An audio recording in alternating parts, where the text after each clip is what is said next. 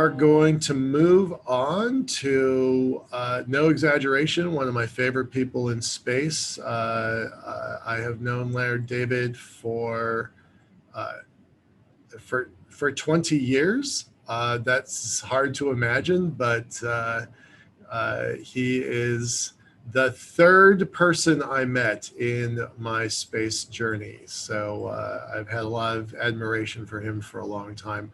Um, Leonard is and I'm doing this by memory because I don't actually have notes on him. I just know him well enough. I'm just going to wing it. Leonard is a many, many times published author. He has been writing for space.com basically for 2 decades, but he's been doing writing in space for 4 decades.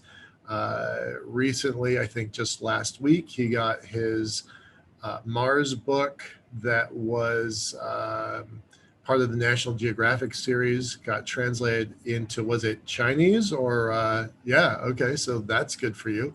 And then he's going to be talking a bit about his book, The Moon Rush. So take it away, Leonard. Thank you very much. Well, thanks for having me. It's great to be with like-minded people. I live up here in Colorado, about 9,000 feet, and sometimes it's not like-minded, but we're closer to the moon than normal. I didn't prepare any slides. Barbara yelled at me to prepare PowerPoints, and I'm just going to, this is my book. It's a moving PowerPoint. I survived this book for National Geographic. You know, it was in the middle of all the books that were coming out on the 50th anniversary of the Apollo program. And my going in philosophy on this book was, I told National Geographic, I did not want to write about Apollo. I wanted to write about the future. Where did Apollo leave us in the dust? Literally in '72, when Jack Schmitt and Gene Cernan left the moon, where do we go from here? And so I tried to do that. I went through 3 editors, so I'm still shaking. It was a pretty monumental task trying to finish this thing. And at the end of the day, it's there, it's good. I think it does make some points that I was really pleased to see maintained in the book, because I'm going to go into the format of the book, which is, I think we're in a space race. This is something very similar to what I grew up with the Soviet Union and the United States, vying for putting cosmonauts or astronauts on the moon. And it's a different situation. Maybe it's not a Sputnik event, but I do sense something on the ominous side. I mean, if you're a political whiz kid, I'm not probably one of them, but I think the idea of other countries now getting involved is really, one, it's exciting, it's diplomatic, it's also going to gnarl the US political system. So I think we've got some real comeuppance coming, particularly with China.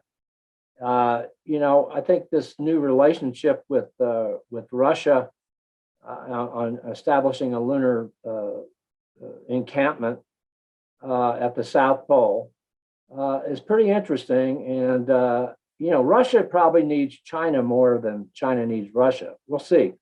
But it's going to be interesting to see what the dynamics of that are going to be. Don't forget that Russia's going to come back with a vengeance in lunar exploration, maybe October or November of this year with Luna 25. This would be their first robotic lunar mission since '76, something in there, when they were returning samples from the moon. So we'll see how well the Russian system does on engineering wise. Lobachkin, we have some players that have traditionally been engaged in all the history of the Russian space program. We'll see how well they do. A lot of those people are dead, A lot of new younger people are coming into the vogue, and we'll see how well they pull this off. So that's always one wild card that's still to come. Beyond that, I think, I'm excited to think about, Bill Nelson and the new NASA, and we'll see how new it is. Got a new administrator, and he's fighting the political winds and trying to get a policy and finances to move forward on the U.S. lunar program. I'm not quite sure how it's all going to play out, because I've been here too many times with too many presidents and too many social issues and too many administrators. You're never quite sure how it's all going to glue together. However, I would say that this Chinese, Russian, and other countries coming along in space exploration has got to play something on the Hill, Capitol Hill. Got to have some import. Are we going to be left, talking about Apollo for the rest of our lives? Or are we going to try to move on? And I was listening to your last speaker, and one thing that, Michael, I don't know if you agree with this, but to me, the community of the lunar groups is huge. I mean, I'm going through a lot of emails and a lot of websites, and they go from, philosophical kind of, rhetoric to technical, how to beat the dust on the moon. I mean, it's a huge sweep of groups now that are very interested in this. The more I think your group can coalesce with some of those and try to appreciate their studies that they're doing, the better. Because, particularly one of them is Applied Physics Lab. They have a whole lunar group now that has just subdivided into all this minutia of detail, from power systems to lunar dust to where the ice is to whatever it is, and that is pretty impressive. I mean, there's some really think-a-thon things going on now, and so we're, everybody will benefit by coalescing these groups that are coming up with a lot of different kind of ideas. And I'm getting old. It's just like I reminiscing about 40, 50 years of space journalism and living through the Apollo program. I still have in my mind, I walked into the bar that I was working at, and I argued with the bartender, can you turn on the moon landing? Right. It was probably Apollo 14 or 15 or something. We're going to the moon again? Almost had a fist fight in there. It is going to be interesting to see, repetition of lunar landings and what's going to, how the public will assimilate all that. But that was one of my key memories is somebody tired of the moon already, and just didn't see the value of the whole thing. And one of the things I really did try to push in Moonrush, my book, that we don't know this place very well. There's definitely some surprises coming, and you can see it coming in the literature. I just read some Chinese paper this morning from China, Chang'e 5, some of their data in Chang'e 4, and there's definitely some very interesting scientific data coming from these craft. They're still being assessed and weighed. So my guess is we got really a lot of surprises, and how are we going to best characterize the ice? I'm a little tired of people already claiming billions of dollars on manufacturing ice and processing. And as far as I know, and I've talked to quite a few people and putting this book together, we're not quite sure what we're going to deal with in those craters that have no sun going in. You know, Leslie Gertz, you know, I live here in Colorado, so I go over to the School of Mines every time they have their lunar meeting and mining meeting. And, you know, you can, the whole appreciation of what we're going to find in those sunshine craters, we don't know. We don't know. How much money is that going to take? We don't know. How much processing? What are we talking about? Is that real? We've got a bunch of small spacecraft that will help us sort that out. I always lean on the pessimistic side and am willing to always be wrong. But my guess is we're going to find a lot of odd things in these craters. And initially, I think there's some science data that's going to be accumulated in those craters that we probably want to assay first, science, and then think about mining that and using that resource up. So some of it's going to be life signals about life, organic materials. I don't know what it's going to be. Who knows? And that's why we're going to go. So I don't know. Beyond that, I'm you know, the thing about the moon now, and when you think about it, I wish I was 12 again. We all do. Yeah, because when I first started ripping out articles in a magazine called Aviation Week, that didn't even have space technology attached to it, and watching the whole NASA program build on this Mercury, Gemini, Apollo step-by-step realm, or you know, things that we pulled off there as milestones. You know, I feel like we're there again. You know, I'm a kid on this internet. I'm having a blast. There's so much going on. We got Branson and Bezos taking off. You know, I mean, there's so many things that your email is just stuffed with excitement. And probably since we started talking, 10 new start space companies probably got going. So that's always a fun thing. And everybody's got a great idea, and not everybody's going to succeed. But we certainly are seeing something we've never seen before. Even back when I was 12 or 13, you know, looking at, I grew up in San Diego, and I lived in San Diego in a little enclave there that had General Dynamics astronautics engineers. And I mean, watching these guys and talking to them in the neighborhood when you're a kid, things were blowing up, things were not going well. Kennedy was talking, we got to get to the moon, and you know, things were just going awry.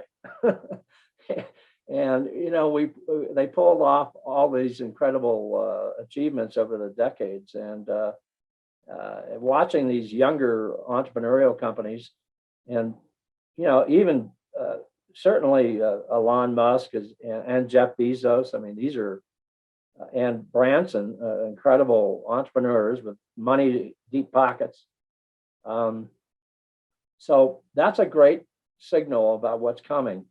Now, when I flip to the pessimistic side, I do think we're going to see loss of life. I think we're going to have tragedies.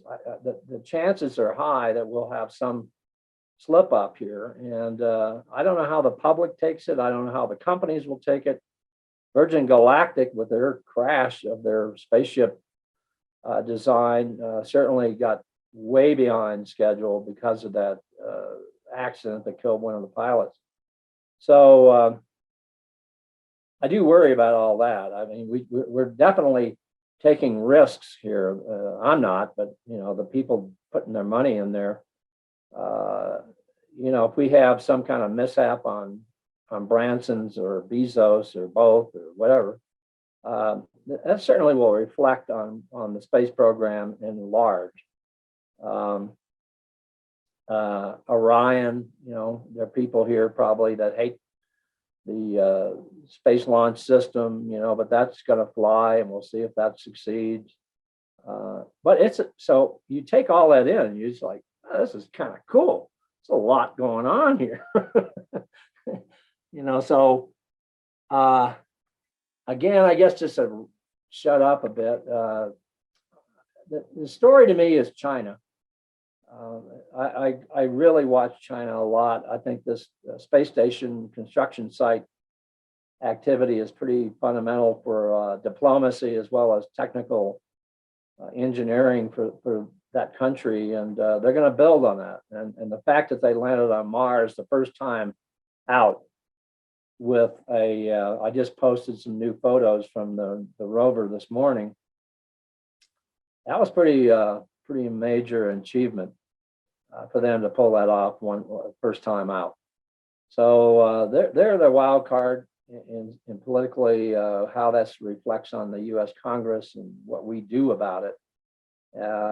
I'm just writing a new story for Scientific American on space cooperation and what is a good thing, bad thing. What are we going to be left behind at the launch pad, or what's going to happen? How do we work with other nations beyond the allies that we've utilized and been with for the many decades now? So let's say beyond that, I did have a thing. I woke up thinking this is awful. I did have a thing. I put it down on paper, and it sort of reads okay. I don't want us to become the space flailing civilization. Space flailing, and we have in the US, we have a good slogan going now with space, constancy of purpose.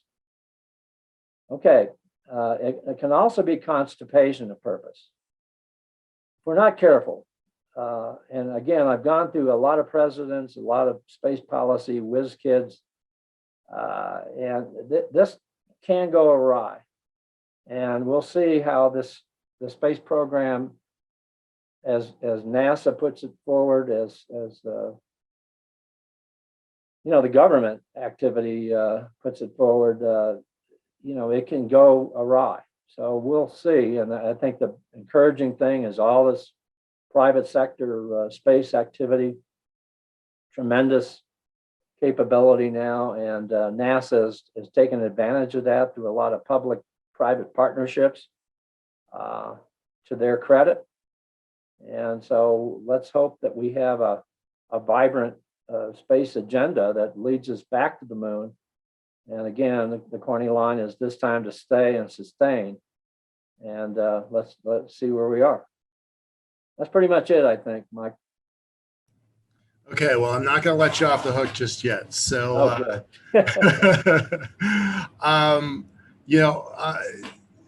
talk about the process of creating the book. What were the surprises that you had when it was about 3 years ago, right? Do I have my timing right? Yeah, it's a couple of years or so. I worked so hard on this thing, and it just almost killed me. But I think the surprises were how surprising I was that we didn't know as much about the moon as that you'd think we would after spending $25 billion to send 12 people that'll walk around and grab samples. And the other surprise and it's still there. Where did the moon come from? What is it? I went and talked to a bunch of people. I got more confused than I've ever been about trying to write that section about formation of the moon. Okay. It was accumulated. It came out of the earth. There's a bunch. There's still this Robin Knapp at the Southwest Research Institute is one of the top gurus on this issue, and it's a head scratcher. Yeah. We would know the basics of formation of the moon and why it's there and what role it played, in early, even the early Earth. So that was surprising. The other thing that was surprising was the I think I try to be honest and say, look, not there are friends of the moon coming. You will have groups that you're taking our poetic license away.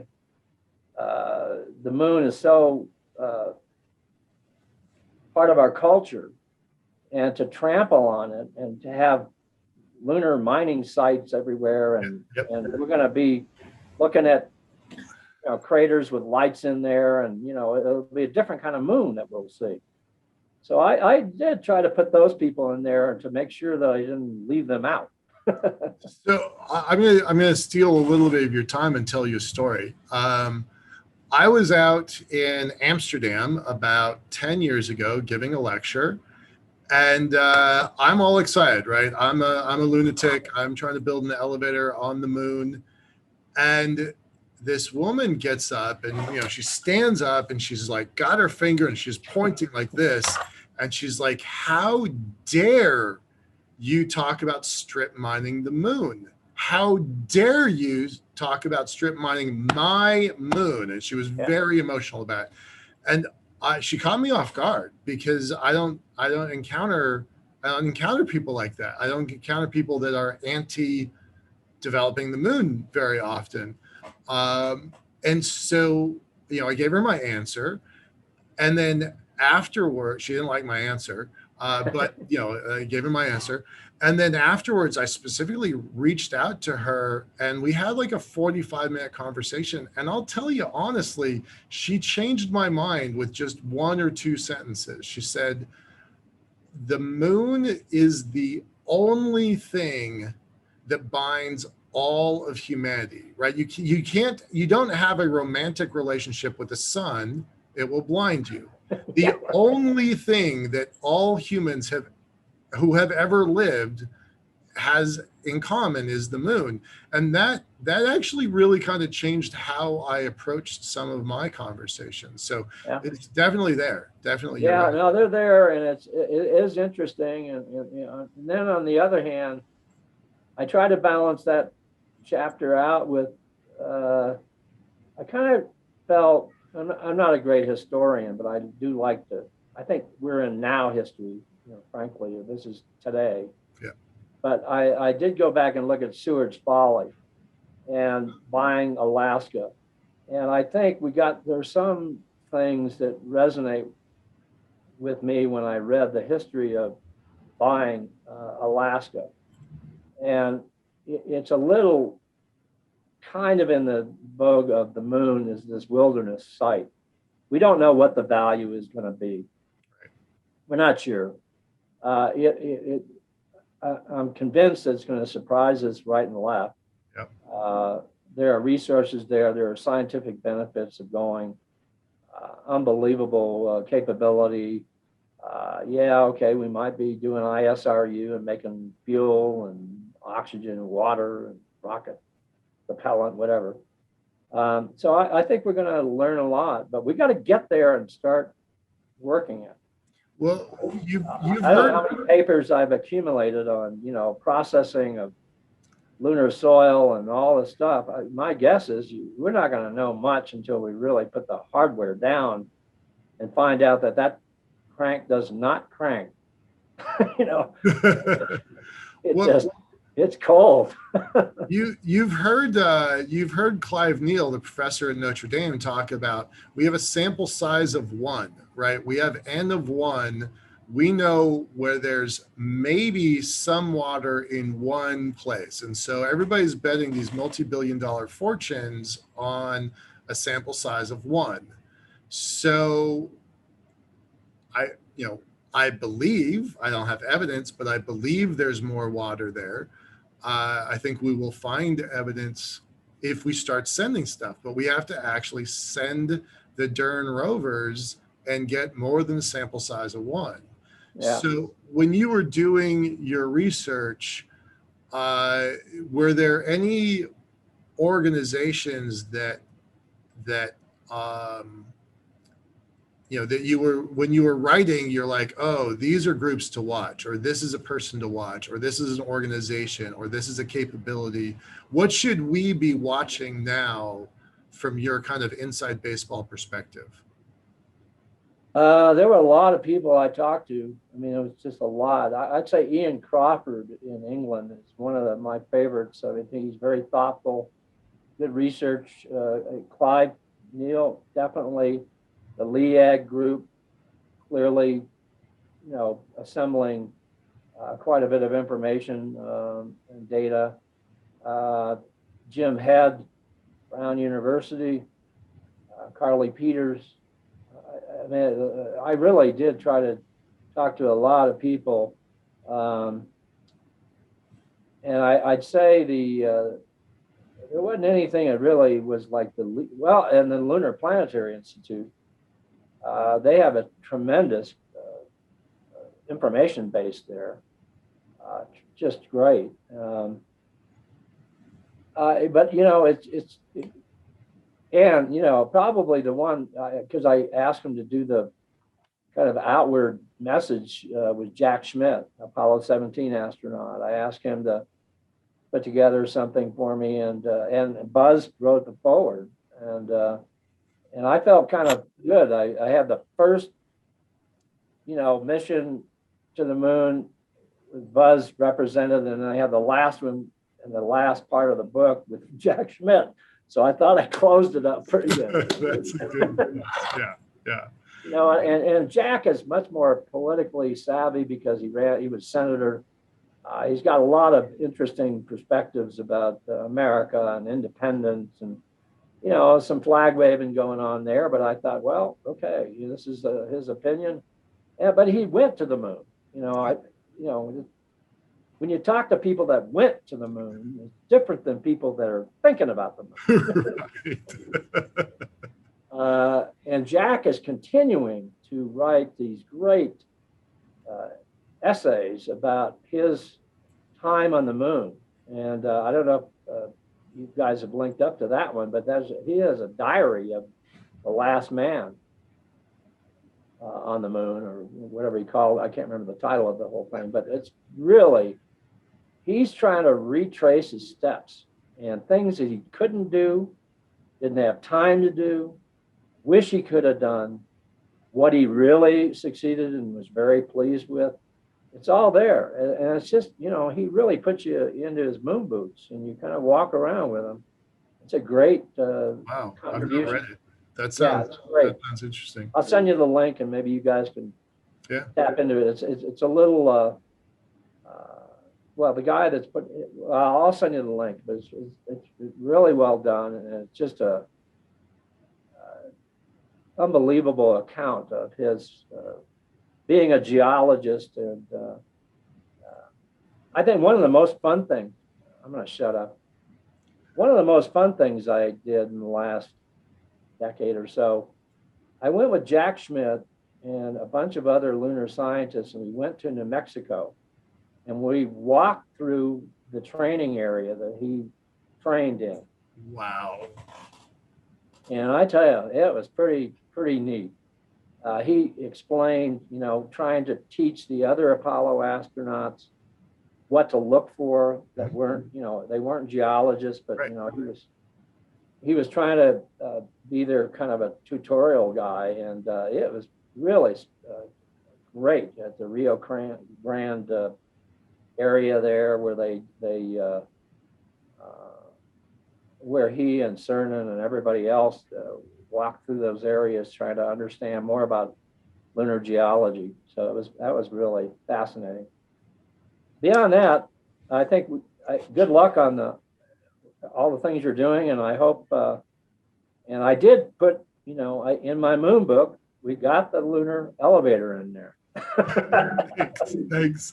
Glad. I told National Geographic, I don't want to do Apollo over and over again. Let's go where we're going to go. So I'm hoping, and boy, there's more people looking at that elevator and and seeing that as a viable concept for the lunar surface, and still got a ways to go for Earth. Sure. I certainly appreciate the plug. This was not a paid endorsement, but yeah. Let me, before you go, I want to ask Professor Professor Thangvalu asked a question. I just want to like shout it out to you. Do you think activities in the fragile lunar surface environment, without messing it all up as we do here on Earth, in a pristine vacuum and low gravity environment, will make us a more refined species?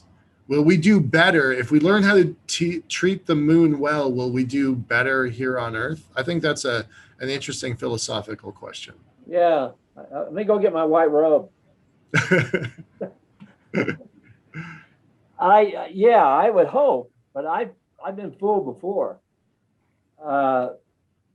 You know, I used to tout something Margaret Mead talked about, anthropologist, about space and how it would help kind of galvanize thinking and philosophy. And I don't know. I'm cynical on that. I think it's fine. I hope we have an ethos that comes out of the lunar exploration that has some practicality for down here.